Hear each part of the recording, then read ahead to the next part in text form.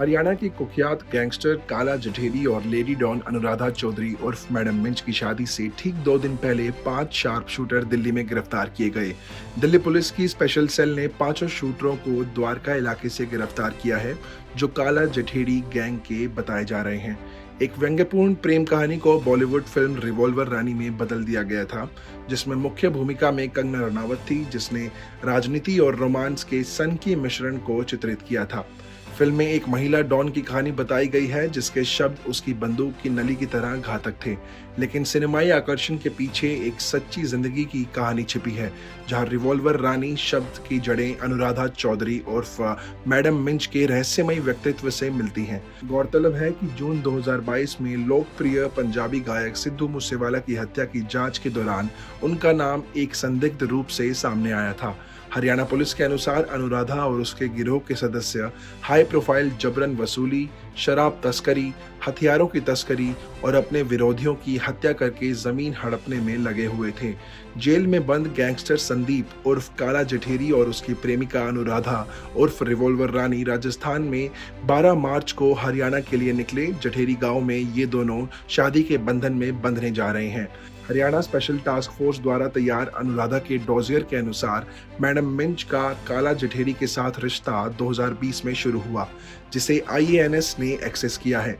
इसमें यह भी दावा किया गया है कि दोनों ने एक ही साल में शादी कर ली, जिससे दोबारा शादी करने पर सवालिया निशान लग गया है। छात्र जीवन में MBA की पढ़ाई के दौरान अनुराधा को फेलिक्स दीपक मिंज नाम के शख्स से प्यार हो गया। हालांकि उसके परिवार वाले इस रिश्ते के खिलाफ थे। दोनों ने अपने परिवार की इच्छाओं को खारिज कर दिया और शादी कर ली। अनुराधा और उनके पति दीपक मिंज ने शेयर ट्रेडिंग व्यवसाय में कदम रखा। वो शेयर बाजार कारोबार में काफी अच्छा मुनाफा कमा रहे थे। हालांकि चीजें तब खराब हुई जब कुछ लोगों ने उनके नाम पर धोखाधड़ी वाले लेन देन किए और जल्द ही शेयर बाजार के कारोबार में वो कर्ज में डूब गए। अनुराधा ने दावा किया था कि वो शिकायत दर्ज करने के लिए पुलिस के पास गई थी, लेकिन उनकी सारी कोशिशें बेकार गई। पुलिस उसके मामले को निचले विभागों को सौंपकर देर करती रही। कर्ज के बोझ तले दबी अनुराधा आपराधिक गतिविधियों में फंस गई। तभी एक हिस्ट्री शीटर बलबीर बनुड़ा ने चौधरी को राजस्थान के खतरनाक गैंगस्टरों में से एक आनंदपाल सिंह से मिलवाया। उसने आनंदपाल से पैसों की मदद मांगी और जल्द ही उसके गिरोह में शामिल हो गई। आनंदपाल के साथ रहने के दौरान उसने उसे अंग्रेजी सिखाई और एक सज्जन की तरह कपड़े पहनने का तरीका सिखाया।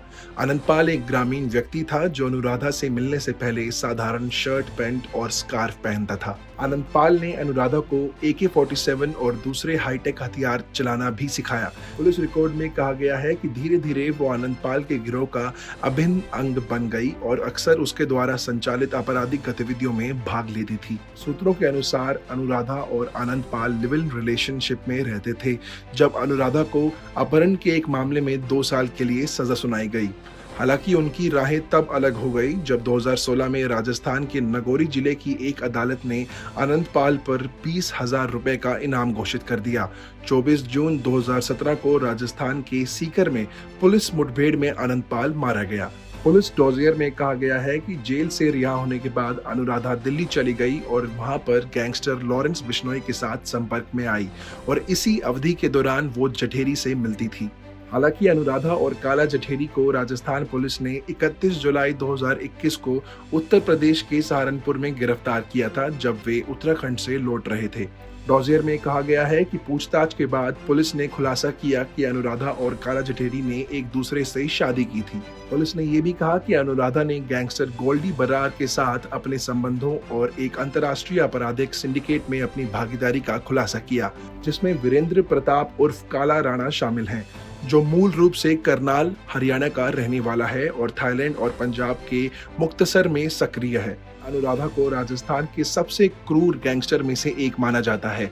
अगस्त 2021 तक दिल्ली और राजस्थान पुलिस ने अपहरण, जबरन वसूली आदि सहित 12 से अधिक आपराधिक मामलों में उसका नाम लिया है। देश की रोजाना क्राइम और राजनीतिक खबरों से अपने आप को अपडेट रखने के लिए देखते रहिए जनहित टाइम्स।